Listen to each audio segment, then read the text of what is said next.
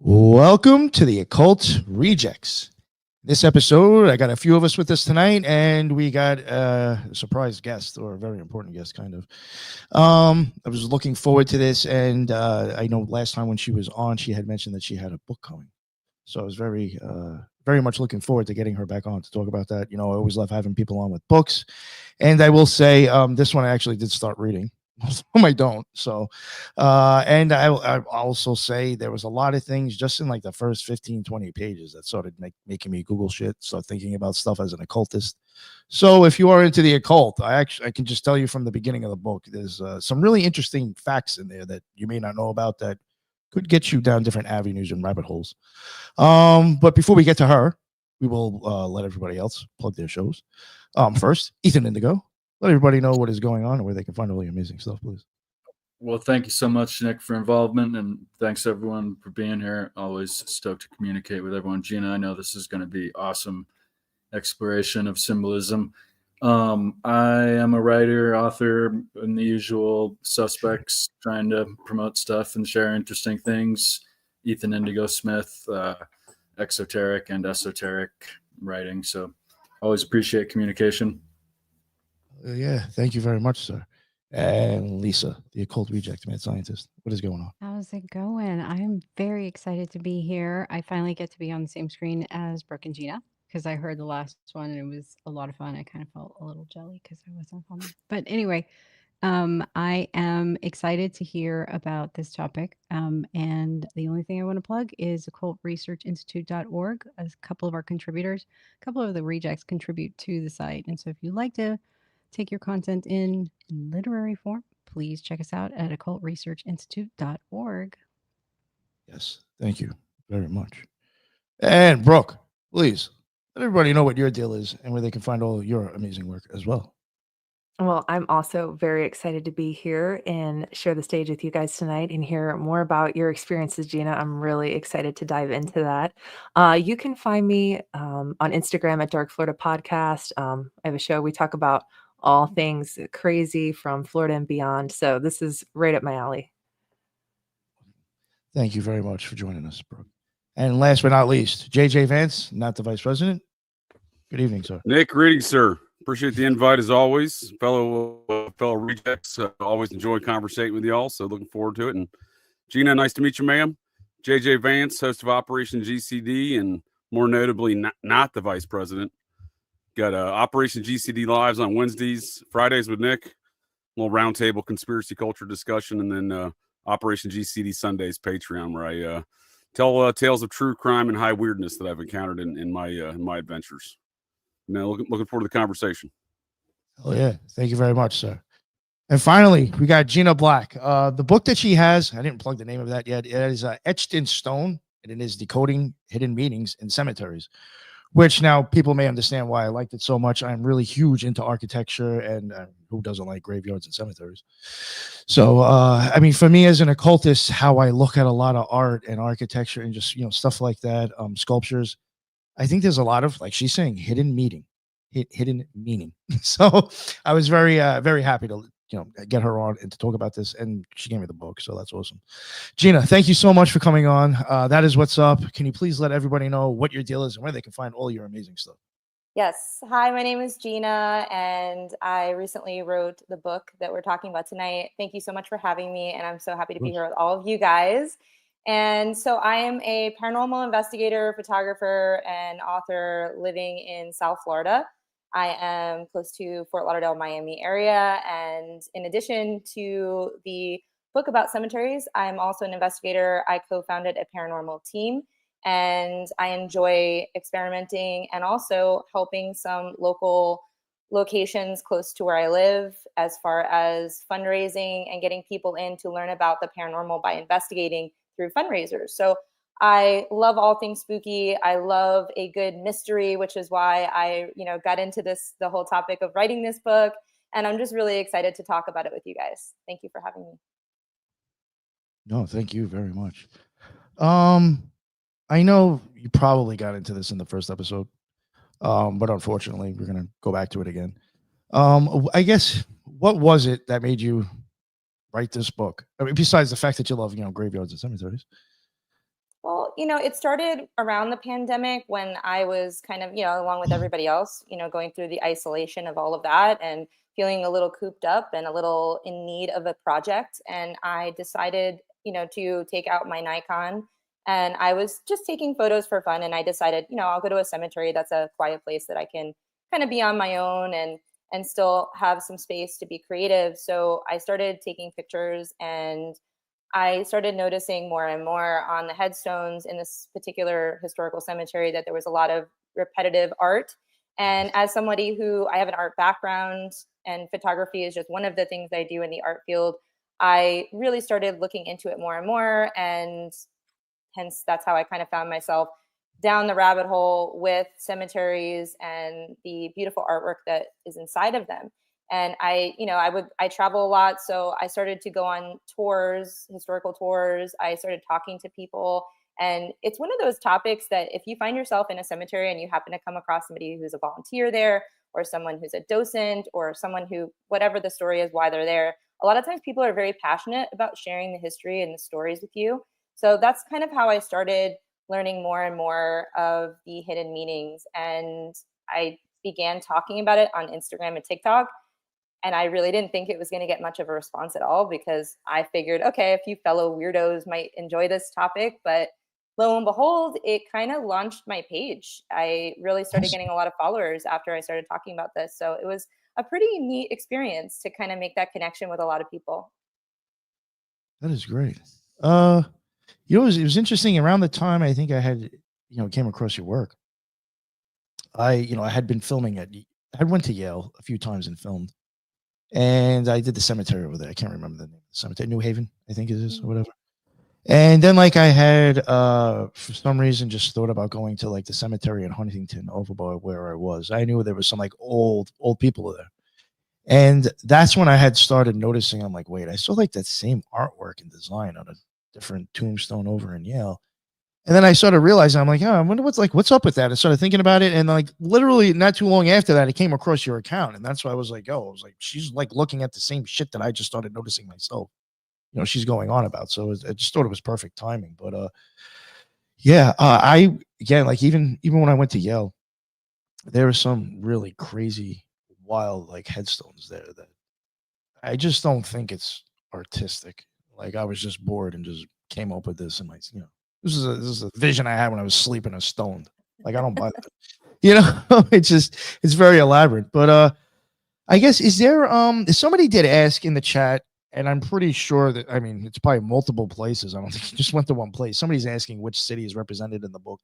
I'm assuming you went to a bunch of different places. I don't know if you want to get into that. Places that you've been to, maybe where you started to notice that type of stuff. Absolutely. Just a couple of notable locations that you'll see my photography in the book. One of my favorites in Paris is Père Lachaise, and that is one of the largest cemeteries and one of the most visited cemeteries in the world. And most notably, a lot of people know it because it is the home of Jim Morrison's grave. And that was one of my favorites. That's actually the cover of the book, is one of the mausoleums from that cemetery. I also have been to most of the cemeteries in New Orleans. But the one that inspired me as far as the photography and kind of getting me into it was actually in Fort Lauderdale. And so that would be the Greenwood Cemetery in Fort Lauderdale. And that one is home to Leslie Nielsen, which is a kind of, I was looking up celebrities in my area, and I found out he was there along with a couple of other local pioneer families. So that's the cemetery that really kind of got me into the photography end of it. I also really loved, and you'll see a lot of my photography from Sleepy Hollow in New York.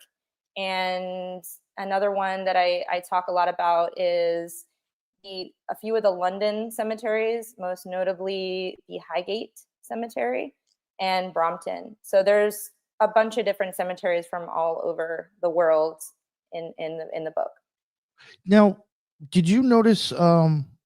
Obviously, you were in London. You went out of the country.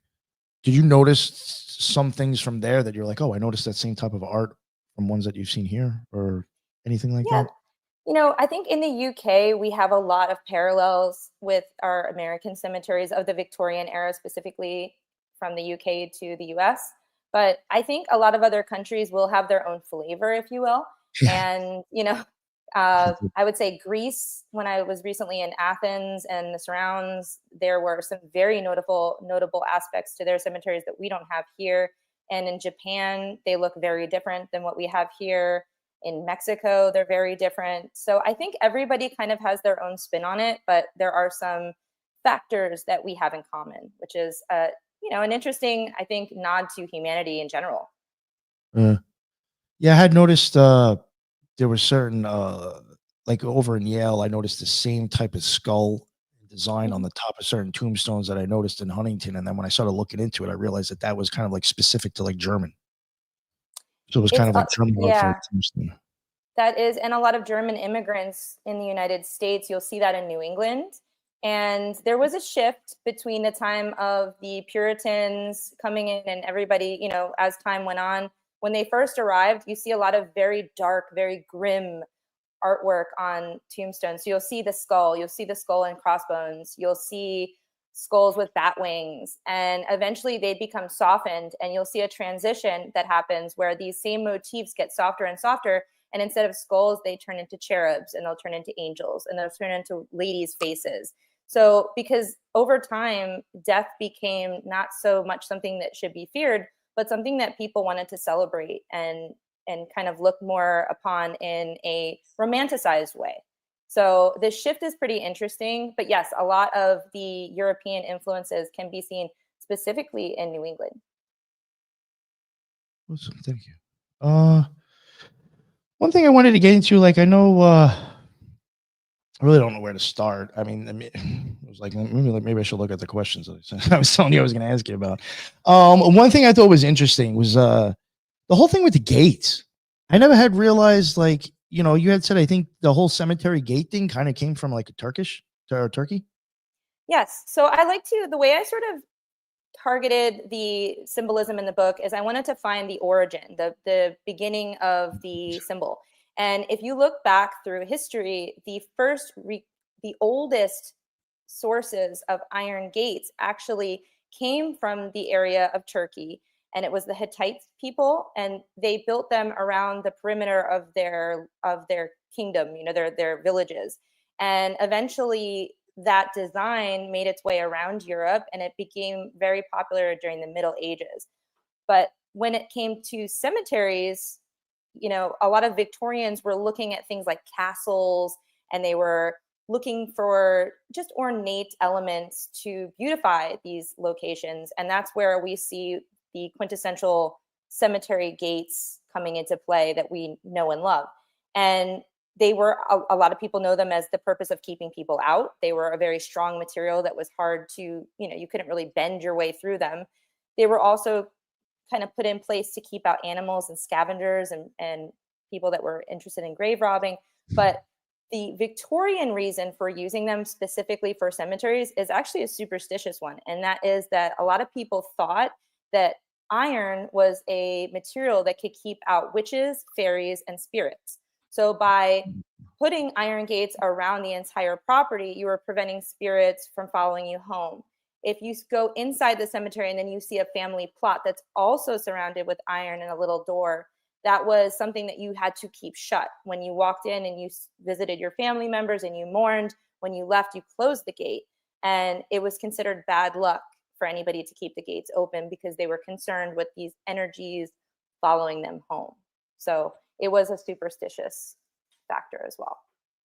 Yeah, no, I thought that was really interesting. And how, would you say the word was again too, where it goes back, like, I think wrought goes back to like the word, I forgot what word it was, like Rattan, I think is how you've written. Yeah, it's that's the original word that it was. Yeah, it's like moldable. It means like to pliable, something like that. You said pliable. Yeah. Yeah. So you can bend it. You bend it with fire, and you can mold the design. So I think it was something that really was awe-inspiring during that time because everybody was working with stones and with things along that, and that was something very different and had a really unique look to it. And it was something that could be artistically adjusted for each culture that was using it. So it was I'm not surprised why it took off as much as it did, and it was a material that people did have access to. Did anybody want to ask anything before I keep going? I feel bad that I'm going to keep asking questions so I much. was going to ask if, and maybe you're going to get into this later, if you saw like a progression from the years, like centuries or whatever, like the 1800s, whatever, and then now the 1900s, did you see a progression of symbolism or even material used as a headstone itself? Yes, that's a really good question. So I think that marble is always been something that has been used in the wealthy and the elite classes. That was something a little bit more expensive back then, and it's still something that's more expensive now. It is beautiful and it doesn't get as dirty looking. It doesn't need quite as much attention and maintenance. So that's a material that has kind of withstand, the test of time. But, as far as the designs go themselves, I think modern day headstones and monuments are becoming less and less ornate in nature. We're seeing more of the flat style plaques, and we're seeing very simple headstones. And I think a lot of that is because the death industry has gone so expensive that so many people, I know at least myself having Facebook and other, social media apps, if somebody passes away suddenly, a lot of times you see GoFundMe because maybe a family cannot afford the cost of a funeral, or it was such a sudden thing that maybe they didn't plan for it. And I think that the death industry has gotten so expensive for the average person that nobody really has the money to spend on these ornate designs anymore. And it's kind of unfortunate because, when you walk into an older cemetery, you see that character, that personality, that interesting footnote that's left from time. And now it's becoming more and more, I would say, not as unique. So that's really the trends that I've seen. And that really is something that I think, as far as time wise goes, maybe after the 1950s, the 1960s, just from the cemeteries I've seen, there is a little bit of decline in the artistic designs of the headstones.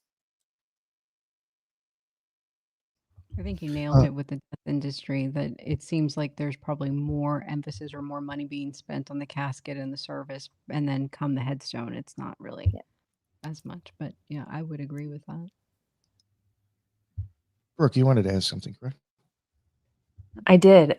Do you go into the symbolism that you discussed in your book with the skull and the bat wings, or do you have any section on symbolism in there? Yes, I do talk about it. Now, as far as the sections of the book are kind of broken down, I tried to kind of lump them together as best I could.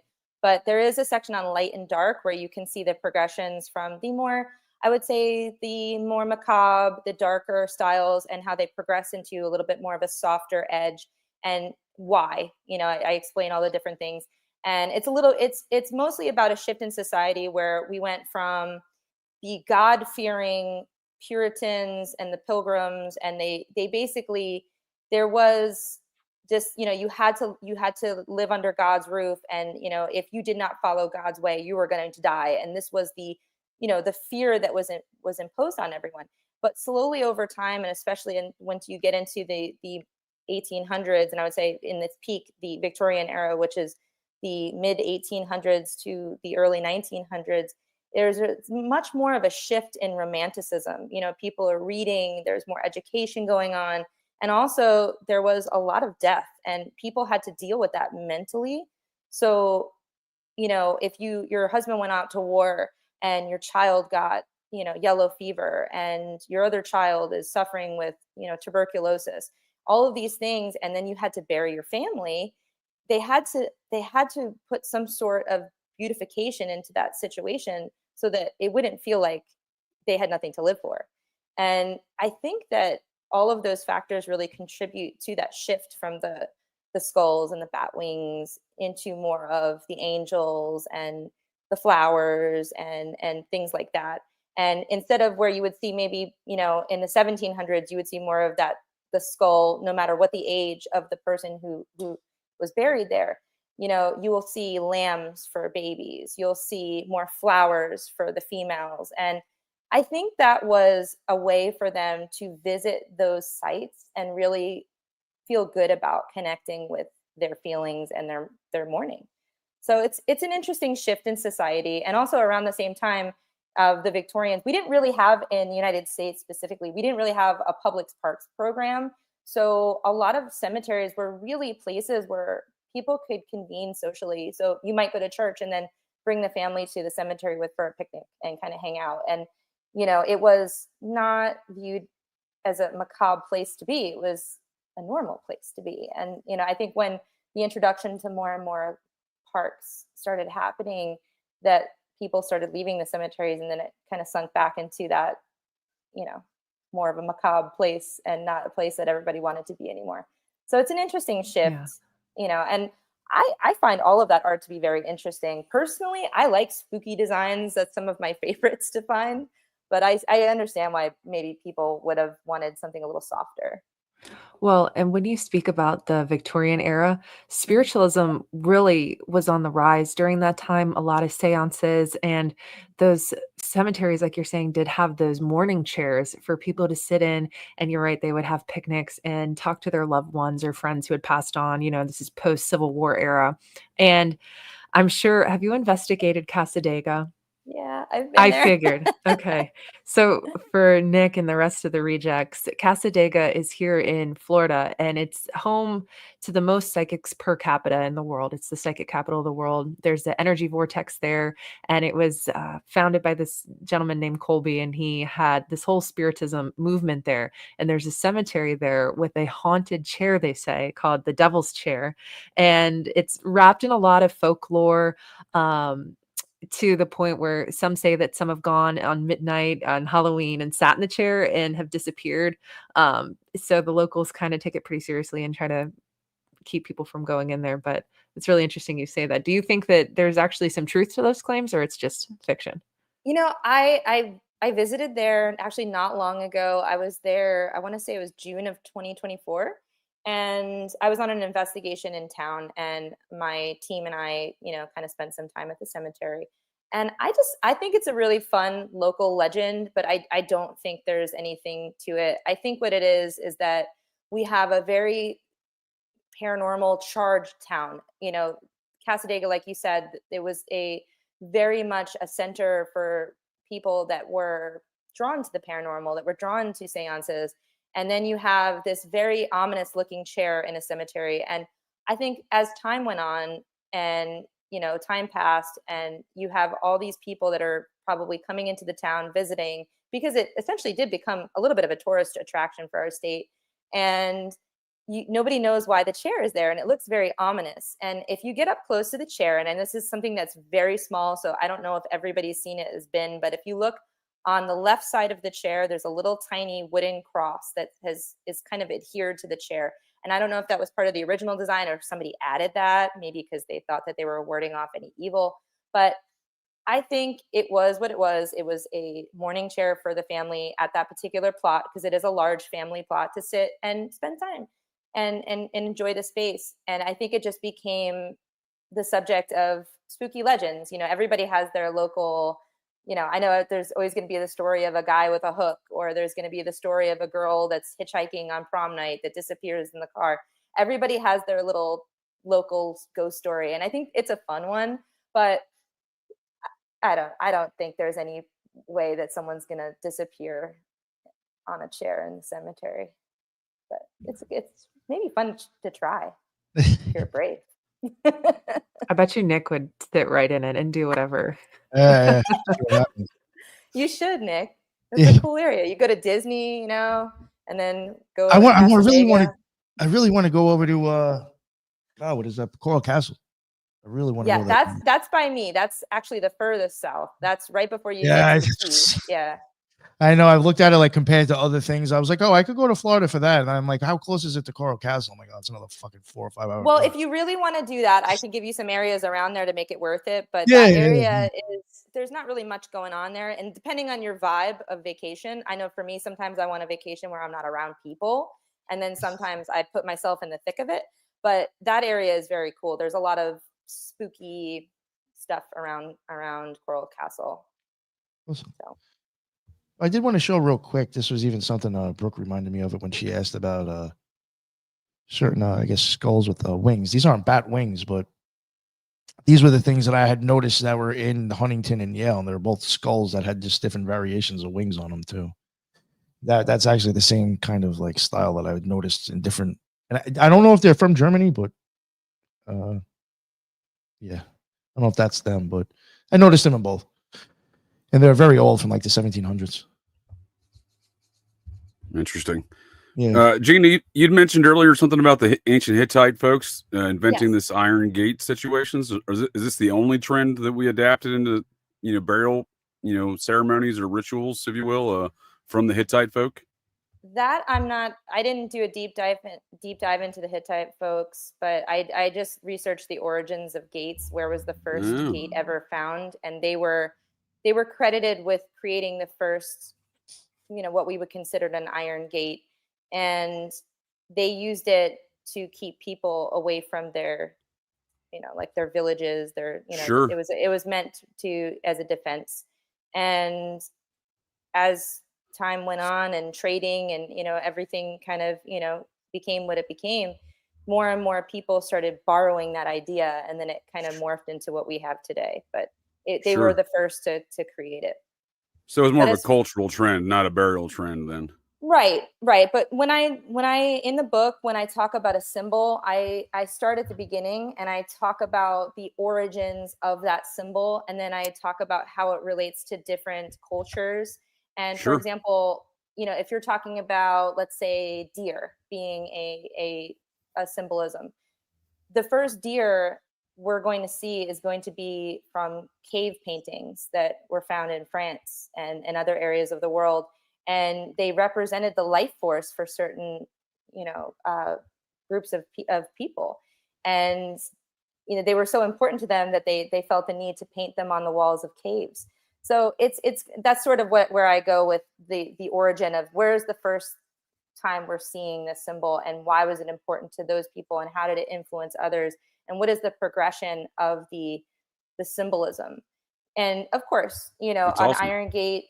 iron gates mean different things to different people. And another thing that you might see, which is not as common, iron gates, you can actually see them on headstones. People actually will have headstones carved into their gravestones, and that actually has a totally different symbolism. It doesn't mean keeping out witches or keeping out ghosts or fairies. If you see it on a headstone, that usually means the gates of heaven, and someone is passing through the gates into the afterlife. So it's just an interesting thing to look into when you start going down the rabbit hole, and you can see the progression. It's just kind of an interesting path to take. No, that's very interesting. And when you said Hittite, I'm very familiar with those folks. And relative to cemeteries here in Ohio, there's been ancient Hittite tablets found inside of ancient architecture, the ancient mounds of America. That for whatever reason, folks like the International Order of Odd Fellows and Freemason groups built cemeteries here in Ohio around these mounds, right? So they have iron gates around the cemetery, and then inside that cemetery is focused on a mound, and that mound is got Hittite writing on tablets. I find some of those things interesting. That's very interesting.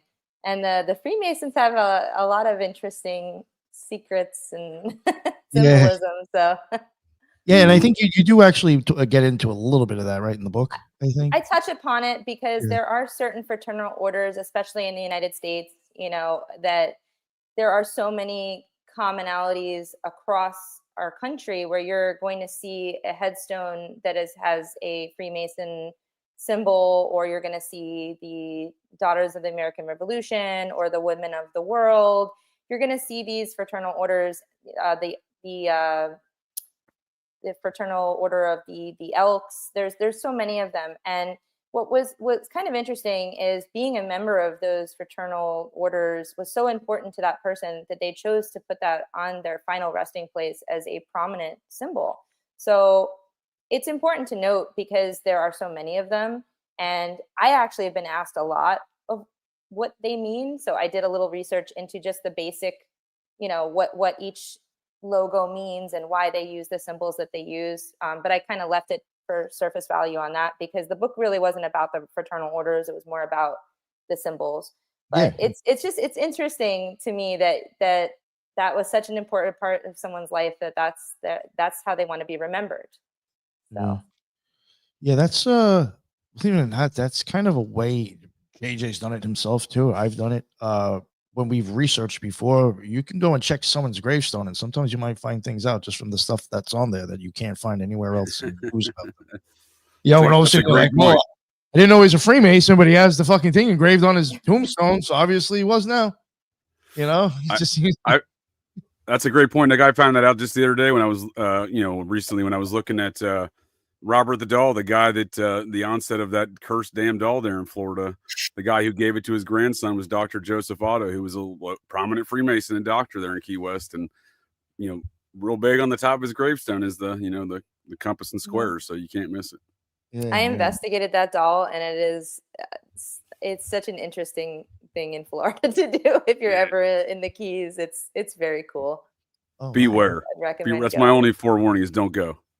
Oh, it's I Don't go. didn't You have go to it. Key West. I'm saying don't go take a picture with that damn doll because they don't like. No, they pictures. actually. This is a hot topic, and hot take on this, but it's true. I was there in November of 2024, and I did the night investigation where you get to have the space, the museum to investigate, and they told us specifically, don't ask permission.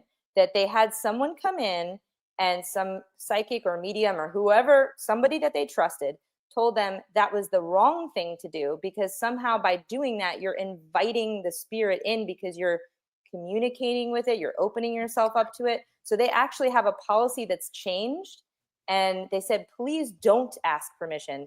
And I posted that on I would Instagram. say this sounds flagrant. This sounds flagrant and dangerous, ma'am. People went off on me. You can call and ask them. That's what they told me.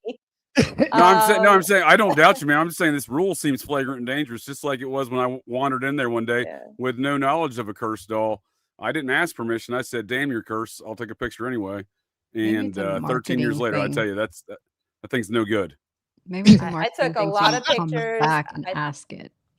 Yeah. I took a lot of pictures, a lot of video, and you know what I got? I got some evidence of Robert. I got on one of my devices, it said Robert, and I have a recording. I'm happy to share it with Nick.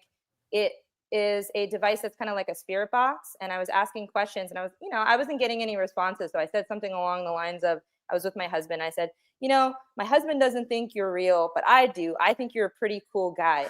And then we heard giggling. Okay, I had nothing. Nothing.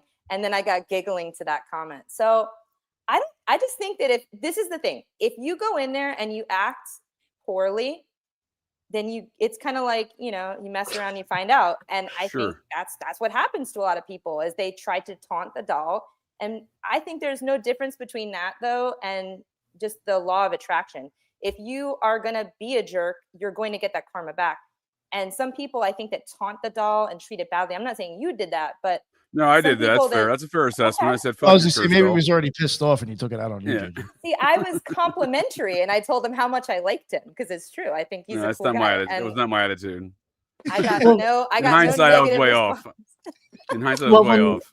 When you said about inviting the doll in, I just did some research into Annabelle, and that's one of the things that Ed and Lorraine Warren talked about with her was that is where the original owners messed up, is when they had the seance and they gave the permission to that spirit to stay. That is when the attacks escalated, and then they had a full-on infestation at that point in time, almost possession. Wow. The Warrens said if they had been just a week later, that someone probably would have died or become possessed by the spirit of quote unquote Annabelle. So same thing with Robert. Yeah, that permission opens that door spiritually, and you don't know what you're letting in. Yeah, but I mean, the owner actually made a video, so it's a welcome video. When you go there and you're on this investigation, before you start, you have to watch this video that the owner of the museum has made, and he explicitly says not to ask for permission. So that's interesting. Something might have happened to him. I don't know. Yeah, I visited there a long time ago. It was August of 2012, but and again, I was in the middle of the day. It was no warnings. They were just like, hey, I was there to see an old Civil War fort that was built on a mound. It turns out I think a lot of weird shit happens on mounds, and Robert's one of those examples. So what's the spirit in Robert? What are your thoughts on that? So I am not totally sure what is inhabiting that doll. I'm not saying that there isn't anything inhabiting the doll, but I don't think it is quite as evil as everybody says that it is. I think a lot of the Okay. stories that you hear about the doll are okay. So, for example, the doll was running around the house and people saw the doll Right. running around the house. I don't think the doll was running around the house. There I was can also agree a with you on that. story of a woman, supposedly the last owner of the doll, which was not part of the family. No one knows how this woman got possession of the doll, but she had possession of the doll in the 1990s, and she gave the doll to the museum, just showed up one day and said, "Hey, do you want this?" And she told them the doll locked her in a closet. I also don't believe that. But I'm not saying that there's not something there. Right. I don't believe that just either, right? personally don't believe a doll can lock someone in a closet because I live on planet Earth. But it's there are certain But that things. lady did die weeks after donating that doll, right? After donating I mean, Robert she to the was museum, an older right? lady, so are we gonna look at I'm just her? saying, like, I don't I know. don't It know. seemed like I she don't had some know odd any. circumstances to begin with, but I I just agree with don't you on not believe the running around and stories. stuff. Yeah, I think a I lot of it wanted is overhyping, and it all goes back to having an urban legend, and it's a great story. And I'm not saying it's not haunted. I do think that Oh, there is it's something it's paranormal about cursed. that doll, but That damn thing's cursed.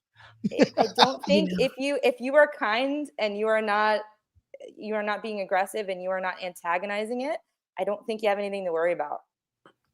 I That's just wanted how to I feel point about out it.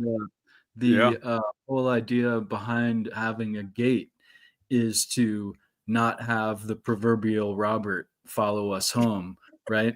And he is behind a Not a bad gate. Yeah. idea. And same thing with burial itself has an aspect of that too, with the whole Hittite ritual is to put them in the ground. You stay there, go do your soul's journey. Don't come back and be my Robert, so to speak. So even Sure. burial kind of has this ritual, gate ritual kind of a reasoning similar anyway. I wanted to ask if there was, you mentioned that the skull was related to German folk. I wonder if there were other symbols that other groups of people tended to use that maybe were suggestive of something we wouldn't think, like as that we would think that being death, not German, or other symbols that you found that came up a lot that were interesting just in general. Well, I think there are some that I find personally interesting that I think one of the top ones that I found out about when my last trip to London was the symbol of the pelican. And so you might walk right by this pelican and you might not think anything of it. But if you look a little closer, it was heavy metal. Okay. It is a pelican. All right. And she is leaning Fucking herself forward, up, probably, right? and all her babies are eating her flesh. Okay. Now, the pelican is it's can be maternal or paternal, but it's usually maternal. So it's usually the mother, and it symbolizes a strong mother and someone who would die for their children. And it's just one of those Yep. things that self-sacrifice. A mother does so much for her children. You know, the children are the center of her universe. But to choose that symbol, I just thought that was really cool. And there are also some there are also in Christian faith, the pelican can be used to represent the Mother Mary, Yes. and sacrificing herself. Basically she sacrificed herself for her path, and it's just interesting to me to choose the pelican for that. So I thought that was kind of neat. And once I saw one, then I started seeing more and more because it was on my radar. Another one that I really like, and I think you guys might think this is cool too, is the thistle flower. So a thistle flower is kind of like, I've seen it pink or purple, right? And it's kind of spiky and it looks almost fluffy. And the stem and the leaves are also kind of spiky. Now, this is something that's found commonly in the UK, specifically in Scotland. And as the story goes, that made this such an important symbol for Scotland, was that the Scottish was fighting with the Norse. So the Norse was on their land and they were fighting off the Norse. Now, the story of the thistle goes is that the Scottish army was so tired from fighting and fighting and fighting that they decided to go into a field of thistle. So they were sleeping in the middle of this field. This was a tactic because the Norse didn't know about the spiky nature of the flower. So they knew that this was their best defense. So as they slept without a care in the world. And of course, the Norse found them and started surrounding them. But to give an element of surprise, the Norse took off their boots and they started walking through the field of thistle. And as they cried out in pain, the Scottish had an advantage and they took the Norse army and they won the war. And this particular flower became so important to Scotland that you can actually see it on the coat of arms. And a lot of Scottish people will still to this day incorporate the thistle flower into their gravestone. It's one that you almost exclusively is found on Scottish graves. So it's kind of an interesting thing that once you know, you know. And I love those stories. I love finding out about why, you know? Yeah, right. Like at one point, like it's some dude was just like, because it was probably a common thing. We know you take off your shoes to sneak up on the motherfuckers. Yeah. So they're probably like, yeah, let's see a motherfucker take off their shoes now and sneak up on us. It's like I was going through someone's head. That's awesome how like that whole story came to be. One thing I did want to mention real quick before I wanted to kind of go into something else. I did it kind of still with the, I guess more of like the graveyards and stuff, why they're positioned. I know you got into that. One thing I did want to just mention real quick, kind of about Robert the Doll again, or a little bit of the spirits. What, you know, kind of going about the whole thing of asking for permission. I do know when it comes to, this all depends on how you even look at demons or what you believe they are. But even in the Goetia or other really books about summoning demons or working with demons, you're not asking for permission. You're actually telling them what the fuck you're doing with them and what they're used for, and that's it. Like you're going to wear a symbol on you that even when you supposedly invoke them, this symbol's already rendering them under your control. There is no permission. You're telling the motherfucker, this is why you're here and this is what you're doing. Mm-hmm. So I do kind of understand it. Once you give them permission, what the fuck's, you know, why? Yeah, no, I like what you're saying there. Tell you to. No, I like what you're saying, especially with demons in the Goetia, because I think Robert the Doll was actually made to invoke some sort of spirit into. Could be a tulpa. That was he was a unique doll. He was made by the lady who invented the teddy bear, specifically, allegedly by her, and she was alive. I don't think that's true. I think that's debunked. I think the doll is actually from overseas somewhere, and they were able to show where it came from. That it's ma'am. That's the same spot. It's the lady in Germany, and they even have it's a unique tag on the ear that they tracked it down with. I mean, they went to some great details in their studies there, apparently. Mm-hmm.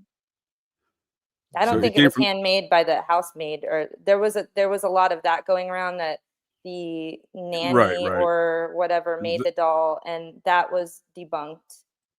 Correct. This is a German lady who invented the teddy bear. Oh, okay. Yeah. So she was still alive at the time. She may have in fact handcrafted Robert herself.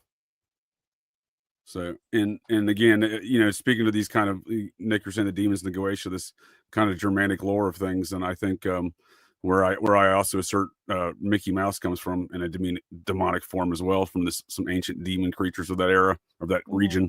You know, I think you know, well, they found a little Mickey Mouse thing in a burial mound up there in a Viking era mound there in the old northern area of Germany there. So all I'm saying is. Yeah, well, it looks identical to Mickey Mouse. And they say it's a lion, but like in these mounds, they're only burying like ceremonial ritual items, and there ain't no lions in that region. So I'm not sure what this little demon creature is, but it is weird that Robert's got this kind of strange history, as you're pointing out. There's a lot of mystery around it, but folks have recently in years gone to such detail to find the manufacturing details of that thing and to track it down to that German operation that invented the teddy bear, because teddy bears weren't a thing at the time. Like this was a time when Robert, not every kid was after a doll. When this ranking Freemason in Key West brought his grandson back this doll from Germany, as the story goes.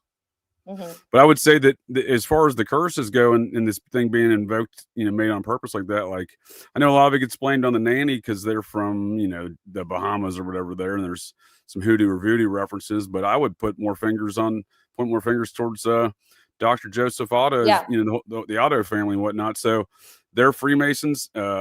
Robert Eugene Otto, the owner of the doll, who receives it from his grandfather, his father he's involved in the kind of the same, medicine and Freemasonry business down there. And he marries a woman who's the descendant of a major figure in the secret society that started America. And they're into some weird occultism, if you ask me.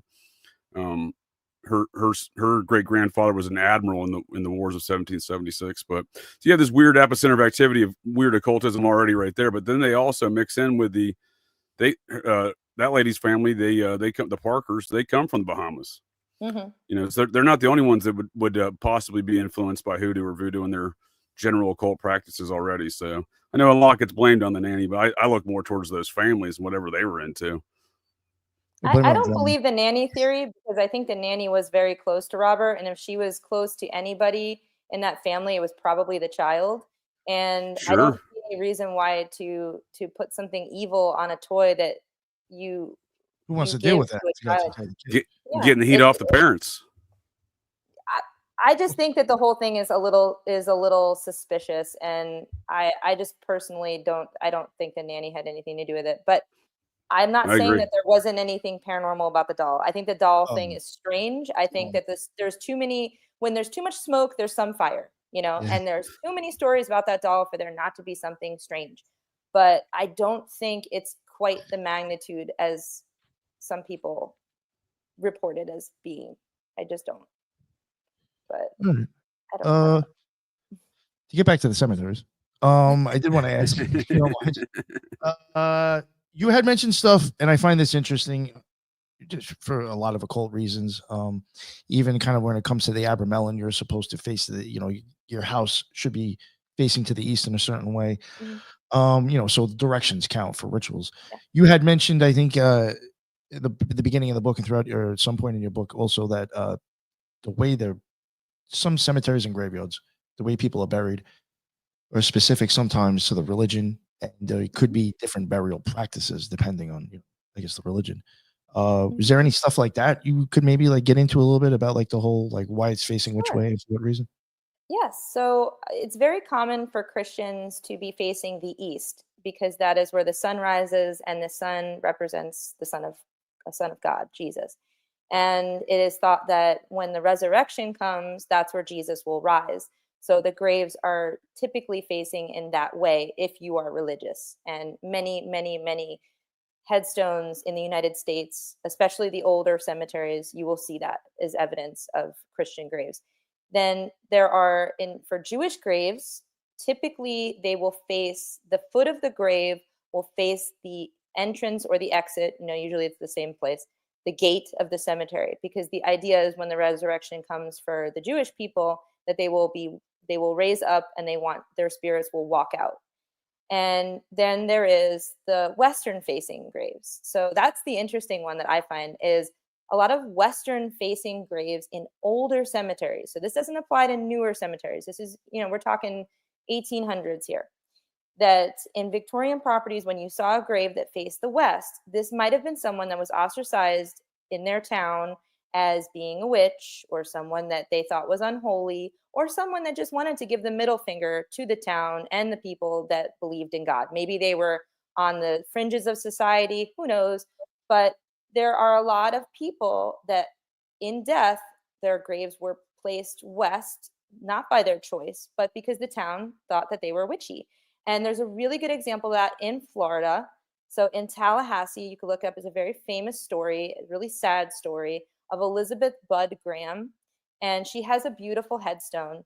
But basically, she was a gorgeous woman. And of course, she attracted lots of male suitors. But the one that she chose was the one that everybody wanted.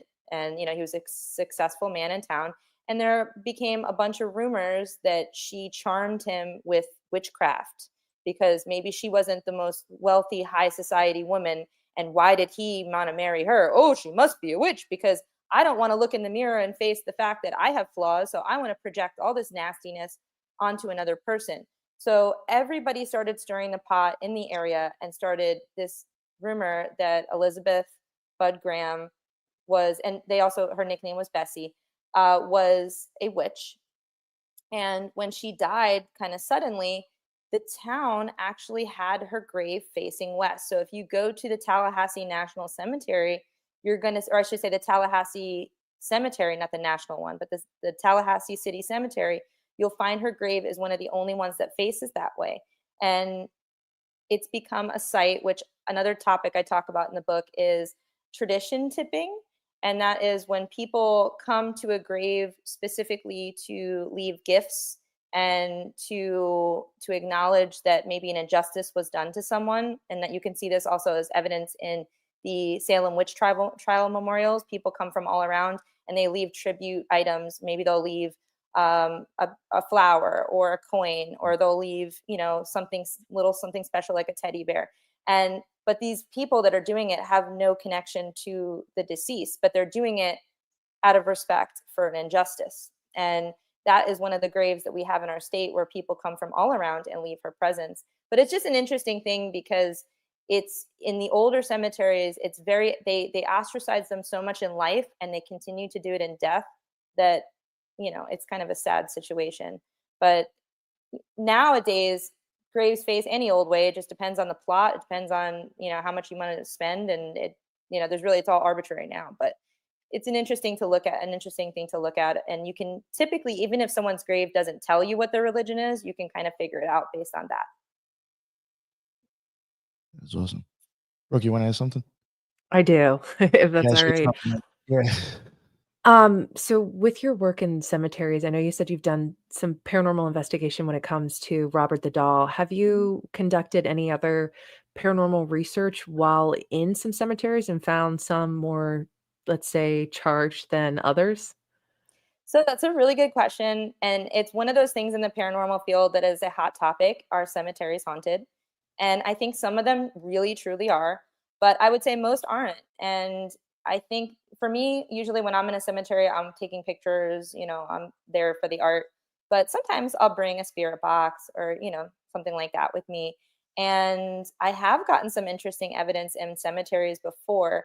I would say there's a couple notable ones, but one was in the Daytona Cemetery. I don't know if you've ever been to Daytona, Brooke. Are you familiar with that area? I've not been to the cemetery, but Daytona, yes. Okay. So in Daytona, there's a strip which is very populated with a lot of biker bars. Okay. I was there on an investigation for a biker bar. So I was there to investigate the saloon known as the Boot Hill Saloon. Now, the Boot Hill Saloon, before it became a saloon, was a mortuary that serviced the cemetery across the street. Then over time, it became purchased and turned into a bar. So the bar is haunted. That's why I was there. But I also wanted to check out the cemetery while I was in town. So I had done a little research before I got there, and I knew of one specific story, which is really spooky. And it was in the 1990s, there was a group of teenage boys, and what they were doing is they were breaking into mausoleums, and they had a midnight club. So they would get together, they would hold these meetings in a mausoleum. But somewhere along the line, they started going through the graves and maybe robbing the coffins and stuff like that. And when they were caught, one of the graves that they had been messing around with, the skull was missing. So a lot of people felt at that time that certain paranormal activity that was starting to ramp up in the area was because these kids stole a skull. Now, when I went to this property, I happened to be walking around, and as I always do, I oftentimes meet people that are enthusiasts. Maybe they see me taking pictures and they want to talk to me about it. When I was there was a man who spoke with me, and he told me a lot of other things. So he said, okay, look around the cemetery. You're going to see all these graves knocked over. And that was from bikers. They used to leave the gates open, and these bikers would get intoxicated. They would come into the property and they would kick down the stones. So there's a lot of maybe restless spirits from that. And then he told me that during COVID, people were coming in and they were robbing the metals that made up the gates around some of the mausoleums. So knowing this knowledge now from this random stranger who was super nice to tell me all of it, I took a spirit box and I was walking around the cemetery, and I was over by the mausoleum. So now we know the mausoleums, there's a missing skull and there are missing metals stripped from the mausoleums. So I'm up there and I'm asking questions about the skull. And I heard the words gate. And I said, did someone steal parts of your gate? And it said yes. And then I asked, more questions because I think I'm talking to something intelligent. And I said, did this happen recently? And it said yes. And it was really interesting. And then I was going around, I found some graves that were toppled. And I got what sounded like a woman asking for help. And then a man immediately said, help her. And I said, I can't pick up this grave, ma'am. I'm sorry, but there's nothing I can do about it.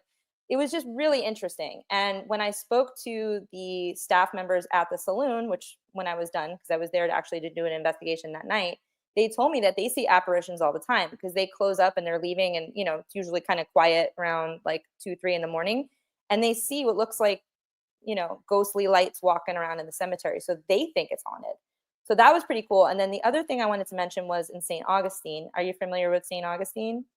Okay, there are two major cemeteries that a lot of people talk about in St. Augustine. There is the Talamato, which is one of the oldest cemeteries in the United States because it was first occupied by the Spanish during the 1500s. So it was before we had, New England colonized. The Spanish were there and they were using that plot. But before the Spanish, that plot was actually used by the Native Americans. And the Native Americans told them to use that land. And they said, this is where we bury our dead. This is where you bury your dead. So they shared it. Now, it is the Talamato Cemetery. So that place is haunted. But there's also a property across the street that was the Huguenots. So that was for people that weren't Christian. And at the time, that's how it was started. I think Protestant, I'm not sure who else, but it wasn't, there was a Christian spot and then there was this spot. Now, the Huguenot Cemetery was the site of a mass grave after the yellow fever epidemic. So there was all these people dying of yellow fever and the bodies were piling up. People didn't want to claim their bodies of their family members because if they said, yes, my husband had yellow fever, guess what they're going to do? They're going to come to your house and they burn the houses down because they didn't understand how to quarantine or how to, fix the problem. So they figured, oh, the disease must be in your house, so let's just burn it down. So all these people were not claiming their loved ones. So all their loved ones were eventually put into a large mass grave. And they've confirmed on the property, there's at least 2 that they know about on the Huguenot side. So I was there randomly because I go all the time. I was there on a ghost tour. I was just walking around, just taking pictures, not thinking I'm going to see anything at all. And this is my only time in my paranormal career catching what looks like figures on a photo, on multiple photos, I should say. I have at least 2. And it's full body apparitions. A man who looks like he's wearing a top hat. He's kind of portly. He's got a beard and he's got like a frilly kind of ascot going on. And right next to him, little less detailed ascot. I don't know. Is that how you say it? No, I just love it. Yeah, ascot. And then there's a woman that's right next to him. She's a little less clear. And it looks like she's wearing a bonnet and kind of like a fluffy kind of, material, I don't know, like a old timey looking dress. And it is wild. And I took 3 pictures back to back. So I always tell you in paranormal investigations, take a burst. And you can see them manifesting in one. You can see them full body in the second one. And then in the last one, you don't see anything. They're gone. And it's the same spot. And they're live photos. So you can actually see them in the photos on an iPhone. So I think there are certain circumstances that can warrant properties having paranormal activity. But I also can kind of side with the people that argue, why would a spirit be in the plot of their grave? Wouldn't they be in the house that they died in, or their workplace or the hospital? And I don't disagree with that, but I think that some people are at unrest, especially if they're in an unmarked grave. And we have a lot of that in Florida. We have so many properties in Florida that have mass graves from hurricanes before people understood how to track hurricanes. There is an incredible amount of mass graves, and it's really, really sad. So I think that there's something to that specifically in Florida, but I can understand too in other states, maybe there might be, a Resurrection Mary or, in Chicago, or, you hear these stories and I think there's some truth in it. Gina, I was going to say, you mentioned the robbery of a human skull, and the first thing that pinged in my head was the show that we did about the cult of Mexico. Palo Mayombe was the religion that they practiced, and one of the requirements is a human skull in their cauldron, and it was to invoke the ancients or the spirits to get them to do their will and bind them to the cauldron. And I know that when I was in Florida, down in South Florida, especially in the Miami area, there is enormous amounts of different Caribbean belief systems, put it that way. And it's a melting pot for sure. Right. And sometimes, and I know Nick and I have talked about, like cattle mutilations. I was like, sometimes people need blood and they need a ritual, and these people from, of different belief systems they're used to doing things, and we think that it's something, but it might just be that somebody needed a supply thing for a ritual. So I mean, I'm not to say that it's not haunted or anything like that, but you are having all of this kind of melting pot of belief systems. I think that whole story is horrific that happened. And I think that the act of doing that definitely left some negative energy on that property. I don't know if those kids were intelligent enough to be doing anything, occult related, or if they just saw a movie and they wanted to have a secret society and they thought it was cool. I don't know, but I do know that I know they were high school age, so it's possible. But it's a shame for a couple reasons. It's a shame because obviously they desecrated a grave. 2, they might have created spiritual unrest. And 3, you're also fueling into what I know a lot of you probably know about is the satanic panic stuff, Yes. And the satanic panic of the 80s and the 90s has really rocketed so many horrific situations, especially in criminal justice, and kind of blaming certain crimes on satanic panic and little things like that. Even if they were just doing it as a joke or they thought it was cool, people can look at that and go, oh, see, the teenagers are doing this, and everything is satanic panic, and it just is not a good look, and I think it fueled negative energy in the wrong reasons. It's funny how you mentioned even like that type of situation. I can say, not from me doing it, but from people I was with and witnessed it, was even there. Like I lived over in Ronkonkoma. We lived on Lake Ronkonkoma, right near Lake Ronkonkoma. And you can walk along it. And there is like a lot of like interesting things, like even like brick walls or just like things like left over that are there and places you can tag or spray paint and this and that. We got like a bunch of dudes that like listen to Slayer and Metallica. What do you think they might actually write on the walls?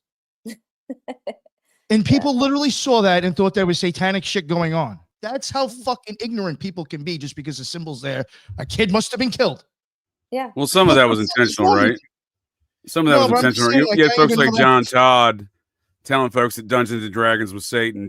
John Todd's an occultist who's did years for rape and all sorts of other stuff. So there was a lot of what I'm saying is there was a satanic panic, but there was also satanic murder, ritual human sacrifices going on, and then there was a mixture of convincing folks that anyone who listens to Slayer has long hair and wears a black T-shirt is suddenly of Satan, right? Yeah. Well, are you guys familiar with the Memphis 3? Oh, he is. Oh, the for West sure. Memphis 3, and that whole trial of 3 teenagers who were literally only guilty of listening to Metallica and Slayer. And he'll disagree with you on that one. I was gonna say, I'm gonna have to disagree with you, man. There's a lot of forensic evidence and their own admissions. They were big Crowleyites. They admitted so, under oath, even in the hearing. Eccles, that is. Well, we could talk about it more in depth, but there was also a lot of things that were stretched in that situation, including a man that had a mail order law degree that claimed that he was a specialist in satanic everything, which was hilarious to me that he was even called to be a specialist in that case. So well, I'm glad you point that out, because I would claim that joke.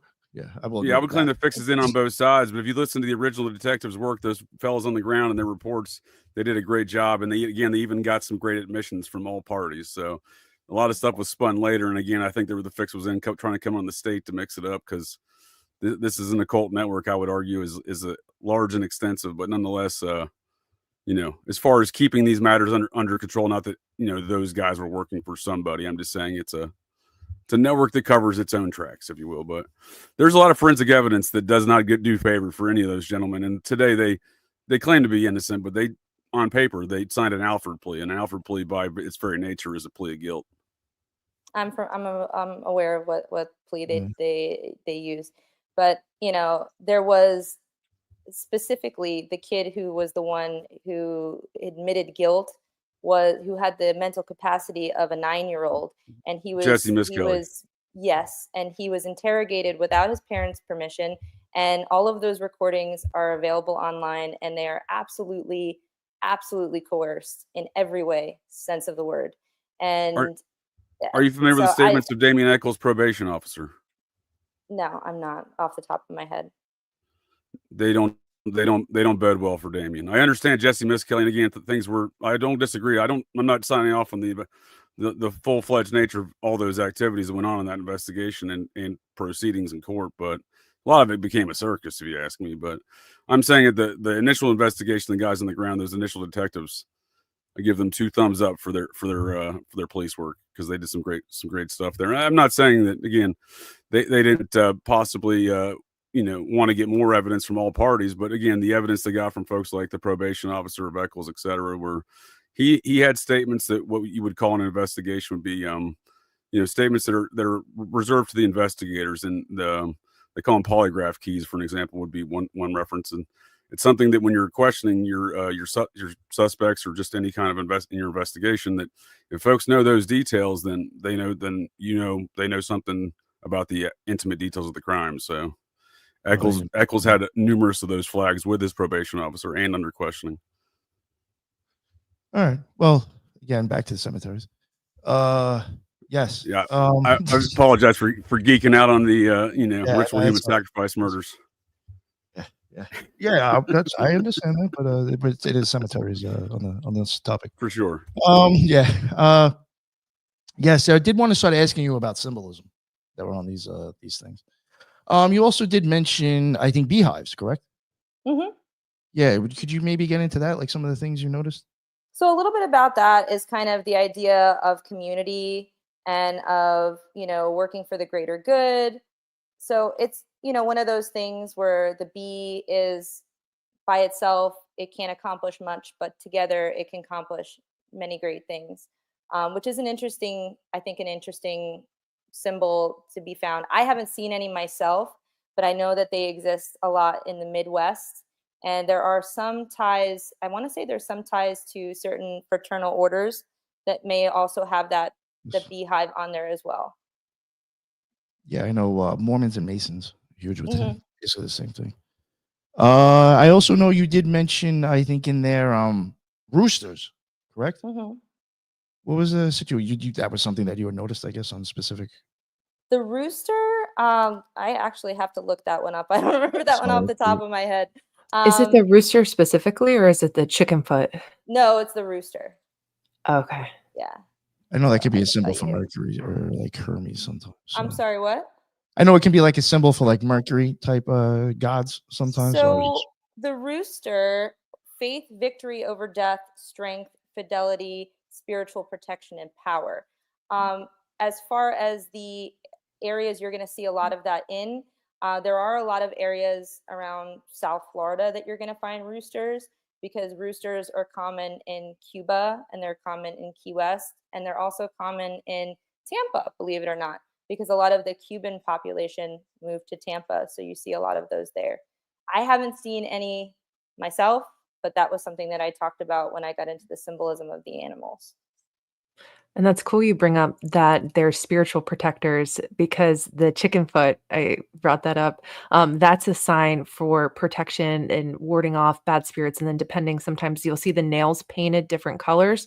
I believe purple is more for spiritual, and red is for any just general negativity. I actually have a chicken foot tattoo. Oh, you do? That's so cool. Yeah, so that's what I was curious. Got my chicken foot. Nice. I love that.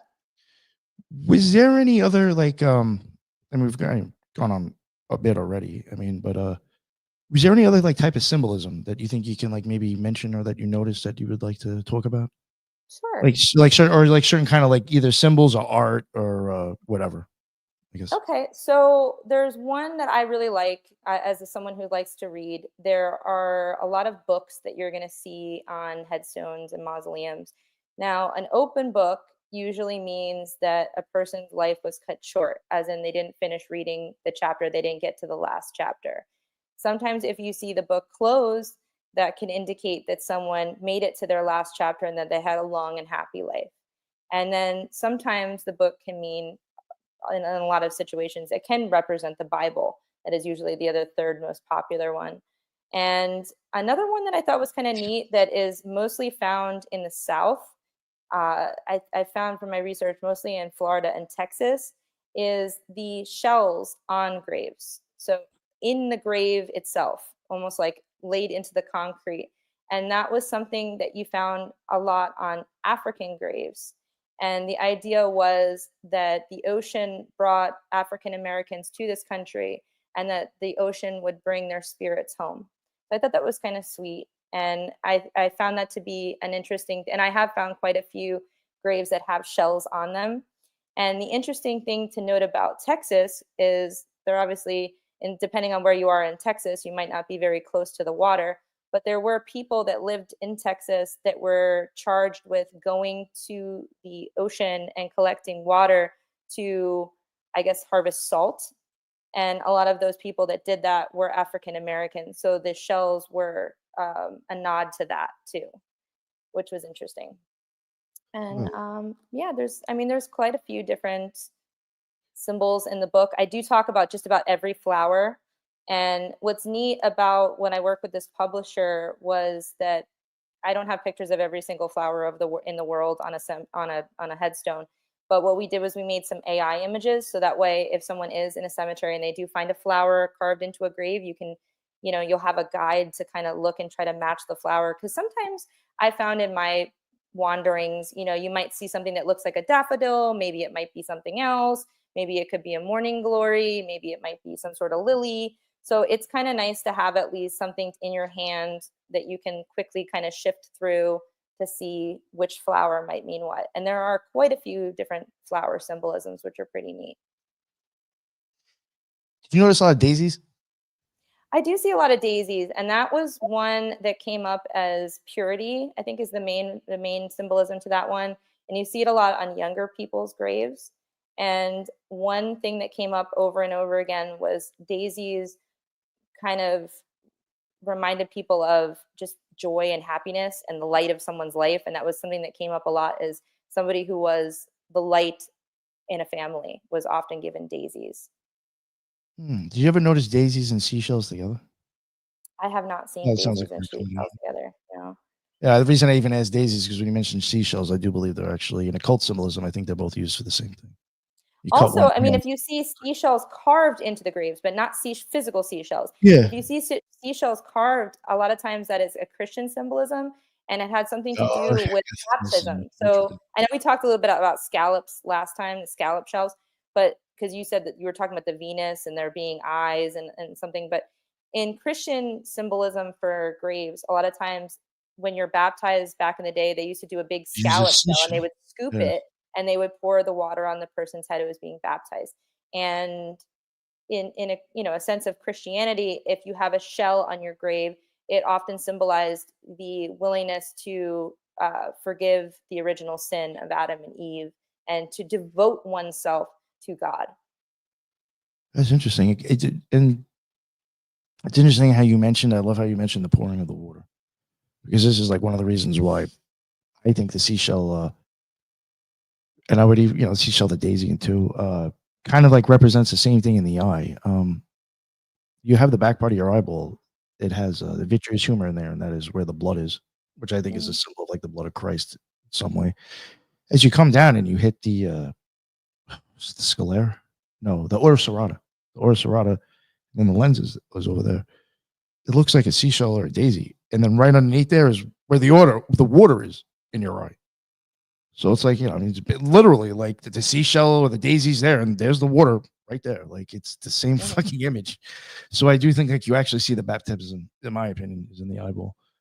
But yeah, that's why I like that you brought up the seashell in the water, because that's what I see going on in there, in my opinion. But interesting. Anything else would you like to add, maybe? Or anybody have any questions as well? I do. When you went to the gravestones in Mexico, did you see a lot of cempasúchil? I think that's how you pronounce the not one, the marigold, the Mexican marigold. Yes, that is a very common flower to see laid at grave sites. And that's also a very common flower to see carved into headstones of people that have Mexican lineage. And I think it's a really pretty flower. And I when you go there and you see the color is such a beautiful contrast to that cold stone, backdrop, and then you have these beautiful pops of color. I've actually really would like to go during the Dia de los Muertos, Yeah, Day of the so did Dead I. celebrations. It's so hard for me to get out there around that time. It's just kind of They like a say crazy it's time of the year. insanely beautiful. Yeah. Yes, I've seen so many pictures of it, but you can, it's definitely when you see the properties, that is a very common flower to see left at the headstones. And I think people do go pretty often. It's one thing I noticed about Mexico is people go pretty often to refresh the flowers. You see a lot of fresh flowers when you go. And too. another country that I noticed that happens a lot is in Greece. And I think it's something about, and also in Japan, is families, I think in the United States, I know from my own family, we might go to a grave once, maybe twice a year, but in those cultures, it's something that you do all the time. And you go periodically for different celebrations, different festivals, different holidays, birthdays. It's normal to go and to refresh. And I think that's really sweet. And I wish, we had a little bit more of that in our country. It was always on all holidays, birthdays, anniversaries, or anything like that. You go and you refresh the flowers, and you also leave a jar of water. Mm-hmm. And that's also common, very common in Japan. And I actually have a really cool video. I'd love to share it with you. I was I was a little north of Tokyo, and I was at a shrine, and just past the shrine, there was a cemetery. And I was just walking. It was very quiet. There was hardly anybody there. And in front of these, so Japanese headstones are a little different than ours. They're usually a large block with a slightly smaller block, and then there behind the large block there's it's almost like a vase, and they have these long boards that are printed with different prayers and also family members information, and these boards can be interchanged and moved. And usually right in the front they put cups, and sometimes they're water, sometimes they're tea. And on this particular day I was just walking, and I happened to notice there was a few full cups, and they looked like tea. And so I'm standing there, just enjoying the view, and I see a huge crow come up. So the crow flies over, it sits, it looks up at the grave, it's looking around, it comes closer to the cup, and it starts drinking from the cup, and then it looks up and it keeps its mouth open, and it looked like it was trying to look at the grave. It is the freakiest thing I have ever seen, and it's there for a while, and it really felt like some sort of spiritual thing. It really did, because the bird was there for a good 10 minutes. And I have most of this on video of just sitting very still, looking up at the grave as if it's reading it and taking sips out of the tea. It was wild. But that was another place that you find a lot of offerings like that. Nice. Does anybody want to ask anything else? Did you come across any number symbolism, and or were there any more like other rather secreted kind of things? You mentioned like the Freemasons, if they did something significant. Yeah, well, I haven't really noticed anything with number symbolism, but I would say there's some interesting kind of, some kind of more secretive symbols, might include, trying to think off the top of my head, like something more macabre. Chains, broken chains. You'll see that if someone his life is cut short, but it also could have something to do.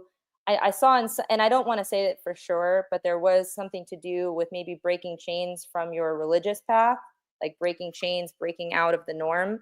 But that wasn't as commonly reported, but a lot of those symbols are. So that I'm not totally sure about. I didn't report it in the book, but it is something that came up in a few personal blogs and things. I really didn't come across too many things that were nefarious or, negative necessarily. But if you dig into any sort of, occult symbolism, you might find that there might be certain placements of fruit that might mean something. There could be, in paintings, there are certain symbolisms that have a darker meaning. So I guess it depends if you're looking for that. And I wasn't really seeking it out. I was trying to just find the general symbolisms. So I think that could be another treasure hunt. Fascinating stuff. Thank you. Well, thank you very much. Yeah, I appreciate it. Had a great time. I would like you, hopefully maybe actually get you on for some of your investigations. So I would love that. Yeah, because I have seen some impressive stuff that you've posted on that as well. So, I guess we'll go back around the room and let everybody plug their shows again. I'll start with you, Ethan. Please let everybody know where they can find all your amazing work and all your books. That was awesome, Gina. Thank you so much for sharing. you. That was great. Ethan Indigo Smith on all the usual social media. More articles to come on Occult Research Institute. Thank you. And thank you, guys. Hell yeah. No, thank you, Ethan. And Mr. JJ Vance, not the vice president. What's going on, sir? Nick, thanks again, sir. Appreciate the conversation. Gina, it was great to meet you, ma'am. It was nice Fellow to meet you. rejects, always a fun time. Yeah, Operation GCD, Wednesday, talking, what's today, Tuesday? Tomorrow, talking Robin Hood, a Knights Templar tale, and some comparative analysis of the story of Robin Hood, the Magna Carta, and the U.S. Constitution. And then Friday, we actually have Ethan coming on, Nick, on Fridays this week here, 9 p.m. Eastern Standard Times. And then Operation GCD Sundays on Patreon. I'm talking Buffalo Jared Revisa, one of my favorite topics. My old former almost PR rep / stalker turned apparently mind-controlled multi-state homicidal transpocalypse assassin. So that'll be a fun-filled barn burner tale right there. So Don't forget. Appreciate the time. And Go ahead. Sorry. no, thanks again. Yeah, no problem. No problem. And don't forget, remember this guy Jared, he was a licensed hypnotherapist, wasn't he? Oh, dude, from a prominent family. They broke the curse of, speaking of curses, they broke the curse of the goat. The family business did, the Revisa sports hypnotist business. The Chicago Cubs credit them, Ken Revisa, as the reason why they won the World Series finally. It was almost predicted by Back to the Future 2. Back to the Future 2 predicted it in 2015. It occurred in 2016. So that's a weird kind of, because we just did the Back to the Future review. I was like, that's a weird kind of synchronicity event right there. But yeah, no, it's a strange tale. But yeah, appreciate the time again. Host of Operation GCD, JJ Vance, not the vice president. Yeah, if people are listening, catching this or the replay before tomorrow night, I highly suggest they go check out that show tomorrow. You already know it's going to be a banger. I'm actually going to check it out. I'd really like to see what he's got to say on this. And Brooke from Dark Florida, please let everybody know where they can find your amazing show.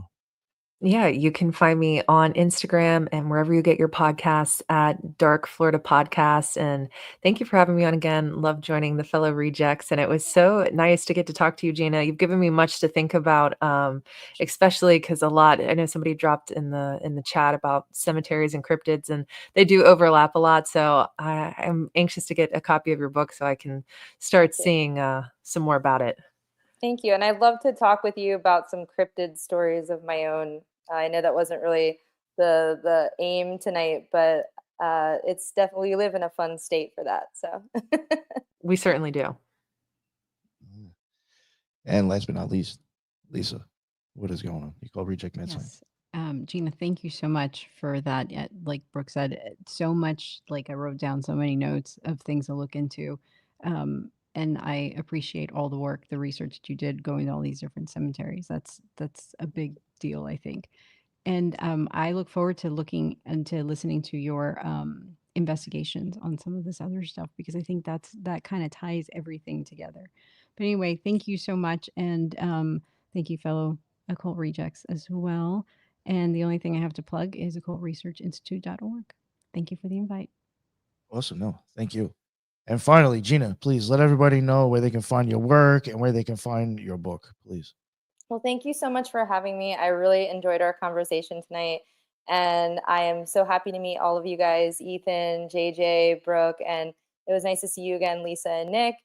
And if anybody is interested in checking out my work, you can visit shehaunts.com. And there are links to my book. You can get it on Kindle. It's also available on paperback via Amazon right now. And it will soon be available on barnesandnoble.com. And on my Instagram account, you can check out paranormal. There's all kinds of little cemetery hidden meaning videos. I just do tidbits, little bite-sized portions, so you can learn a little fun fact here and there if you'd like. There's also, I do a lot of paranormal research locally and also around the country, so there's some videos on that. And I'm just open to, meeting new people, new like-minded, paranormal enthusiasts, cemetery lovers. So please come by and say hi. I try to, interact with everybody and get to know everybody on there. And I just want to say thank you again for having me and letting me talk about my book. And that is called Etched in Stone, Decoding Hidden Meanings in Cemeteries. And I really appreciate everybody's input and questions and getting to know you guys. It was a lot of fun. And I love being able to come on and talk with like-minded folks. Well, yeah, no, thank you very much. I really appreciate it. For people listening, I know obviously, believe it or not, most of the people that listen to this show are probably into the occult or occultists. I just, for me, I think if you're into the occult, you're definitely going to like this book. So check it out. You're going to find a lot of like just random information, things that you'll be like, oh, that is interesting. You'll find yourself starting to run gematria and shit. Well, that's what I was doing. So, so definitely check it out if you're into the occult. I think there's some actually good gems in here that she doesn't even realize for an occultist. So thank you again, Gina. And like I said, we'll definitely have to get the crew back on. I would really like to actually have you talk about some of your, I guess, paranormal experiences and the research that you've done. I've seen you, and another thing I wanted to promote, go check out her. I don't know about you think you said TikTok or whatever, maybe you didn't. Instagram for sure. Go check out her Instagram. It's very good. The art, I think, of the grave sites and all that stuff, beautifully done, and she has some impressive videos that she'll put up. Go check it out. It's worth looking at. And thank you all for joining. I really had a great night. Thank you, everybody in the chat. That's what's up, especially on JJ's side of the world there on his channel. You guys have me cracking the fuck up. Thank you. And yeah, that's the end of another Occult Rejects. And until the next one. Oh, real quick, tomorrow we might have a surprise live. I'll put it out there now. I hope to God he doesn't flake on me. But we're going to blow some minds, and we might actually have Mark from my family thinks I'm crazy on the fucking Occult Rejects. I don't know how the fuck that happened, because we're both supposed to hate each other and want to kill each other. So if he's coming on the show, I guess things might have changed, or maybe it really wasn't that fucking serious. So come check it out. We might Mark's have a nice guy. Mark's a nice guy. Yeah. He's got some interesting perspectives. I'm sure that'll be a good conversation. I didn't know he's joining you. That is a surprise. Yeah. Well, I invited you on it. I told you. I forgot, because I didn't think it was really going to happen. You know what I mean? No. You did tell me about it. I filed it in the department of this is probably never going to happen. Yeah. No, I think it's actually going to happen, which is pretty wild. It'll definitely be making waves, gossip, and whatever, making history in the conspiracy community in some way. So come check it out if it happens tomorrow. Yeah, and that is it. And until the next one, everybody be well. Later.